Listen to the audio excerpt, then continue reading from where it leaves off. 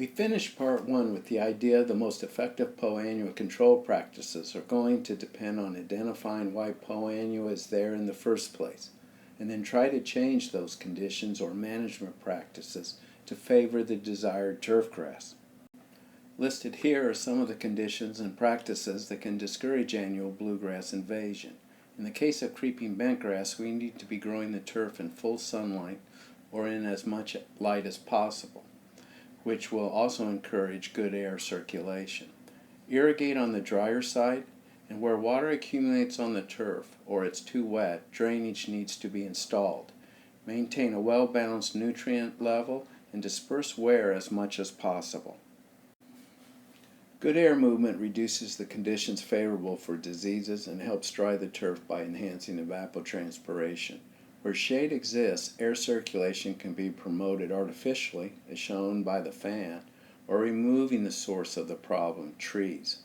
Results in an environment more favorable for creeping bentgrass growth. Removing trees or shade from around the turf helps discourage poa-annua invasion. In this photograph, the putting green was recently re-established to A4 creeping bentgrass. Notice within the shade line, denoted by the tree shade, light-colored yellow patches are appearing. These patches are poa-annua. Now outside the tree shade line, note that the green is practically devoid of poa-annua. Poa-annua is very competitive against cool season turf grasses in shade. Wet areas favors poa-annua invasion. Both surface and subsurface drainage needs to be in place where wet conditions persist. Irrigate judiciously. Do not overwater. Poa-annua outcompetes other cool season turf grasses under wet conditions. I took this picture in the United Kingdom a number of years ago. The greenskeeper and the secretary of the club were showing me how they controlled poa-annua. No water, period. I will say I did not see any poa-annua, but I did not see any live grass either. So carefully limiting water can discourage poa-annua. But like most things, don't go extreme. Before discussing chemical methods of controlling poa-annua, I wanted to mention that there are non-chemical control methods. Hand picking, not only poa-annua but also other weeds, is one option. I took this picture in Sydney, Australia, and these college students were taking a year off to do a walkabout around Australia or Southeast Asia. Students often stop during their journey to take on an occasional job to earn a few dollars before moving on. This golf course would budget at that time about $40,000 to hire backpackers to pick poa-annua out of their creeping bentgrass greens. Picking is a global practice. These are some workers in China picking poa-annua. Same here in Thailand. Also here in India. And of course here in the United States. This picture was taken around 1918 at Quaker Ridge Golf Club in New York. Again, these people are picking poa-annua. Although I've been around for a while, I did not take this picture. Hand picking requires a labor and time commitment that the vast majority of golf courses cannot afford. Chemically, we're going to look at herbicides first as a means of control.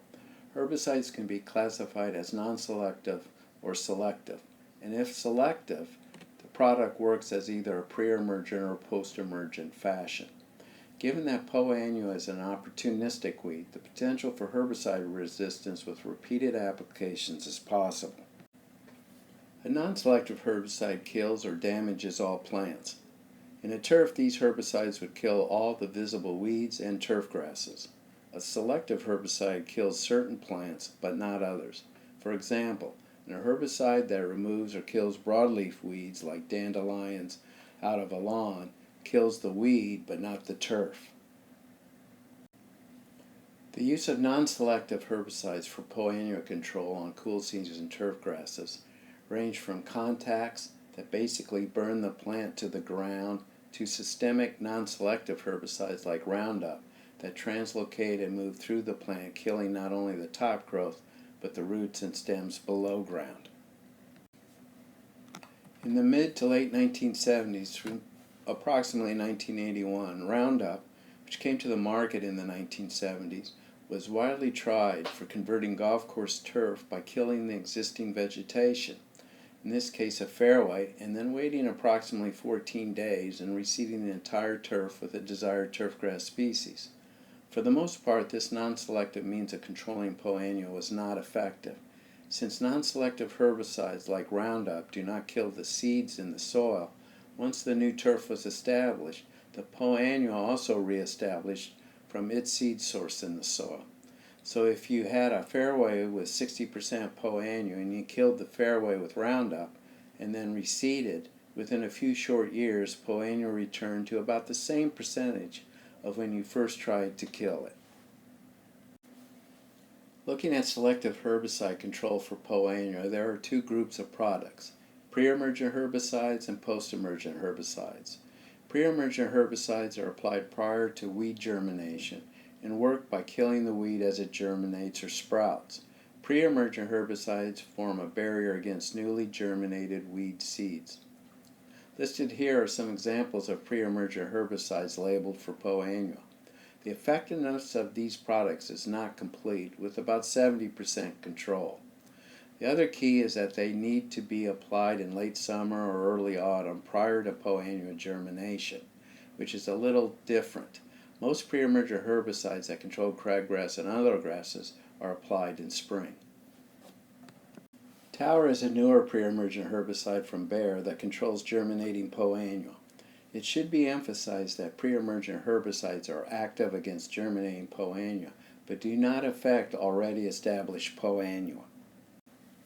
Post-emergent herbicides that are labeled for Poa annua control are listed here.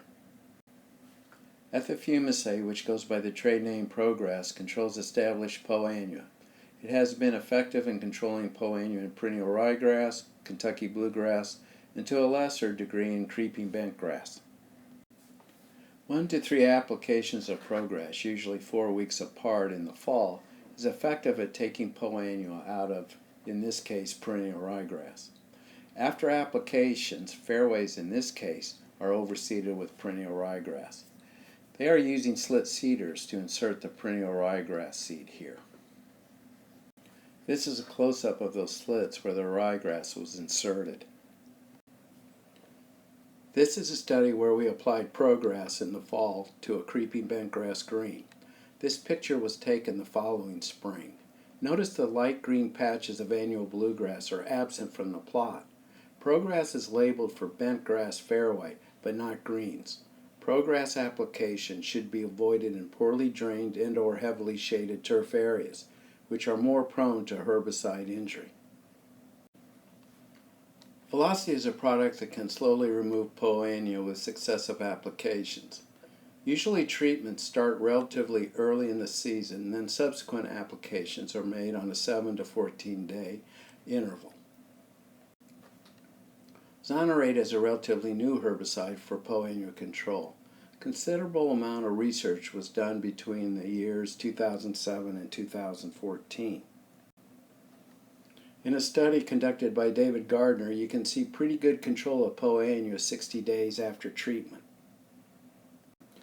The concerns with Zonerate on creeping bentgrass turf, especially maintained at greens height, is the inconsistent control that you get and the susceptibility of various creeping bentgrass cultivars to damage by this herbicide. The previous herbicides mentioned for Poa annua control often require repeated applications each year. One of the concerns with herbicide usage is the potential for a weed to become resistant. In this table, using data from Ian Heap in the International Survey of Herbicide-Resistant Weeds in 2015, you can see where and what active ingredients Poa annua is resistant to. The most popular method for controlling Poa annua on golf courses is with paclobutazol. Paclobutazol is a plant growth regulator that inhibits gibberellin biosynthesis. Gibberellic acid is important in cell elongation, so by inhibiting its activity, cell elongation slows and plants become more compact. Paclobutazol suppresses Poa annua to a greater extent than creeping bentgrass. In this photograph, the light-colored turf is Poa annua. Paclobutazol has been applied, and the poa annua growth suppression is greater than compared to the darker green plants, which are creeping bentgrass. In this case, the creeping bentgrass will actually grow over the top of the poa annua, or just crowd it out. In this study, paclobutazol was applied to a mix of a poa annua and creeping bentgrass mixed stand at 2 different rates. On the left, you can see the plot has more of a yellowish tin or yellow annual bluegrass in it compared to the plot on the right, where a higher rate has been applied and the darker green color is creeping bentgrass. Generally, paclobutazol is much more effective at higher heights of cut, like the turf shown here and in the previous photograph, where the studies were done on fairway height cut turf. On a creeping bentgrass fairway, paclobutazol may be applied in the spring and fall at a relatively high rate. On putting greens, paclobutazol is applied at lower rates, but on a more frequent basis. Rate and interval are important. Here in this study, you can see discoloration to the creeping bentgrass caused by too short an application interval. From a program standpoint, paclobutazol or Trimit is often used on creeping bentgrass greens to reduce the poa annua. Using a rate of 4 to 8 ounces per acre every 2 or 3 weeks through the summer, and then increasing the rate to 16 ounces or higher, has been effective in reducing poa annua populations on greens. If you see bentgrass discoloration with a higher rate, most users back off that rate. The statement below is from the Trimit label regarding poa annua suppression. In summary, poa annua control is difficult. There are herbicides that have been effective in controlling poa annua, but often results can be variable from location to location or from year to year. Repeated use of some of the herbicides has resulted in higher tolerance or resistance of poa annua to those products. The use of the plant growth regulator paclobutazol or related compounds have been the product of choice on golf course greens for controlling poa annua. Paclobutazol differentially suppresses the poa annua compared to creeping bentgrass, allowing the bentgrass to outcompete and crowd out the poa annua. Results may depend on the location and climate, and is often a slow conversion to creeping bentgrass.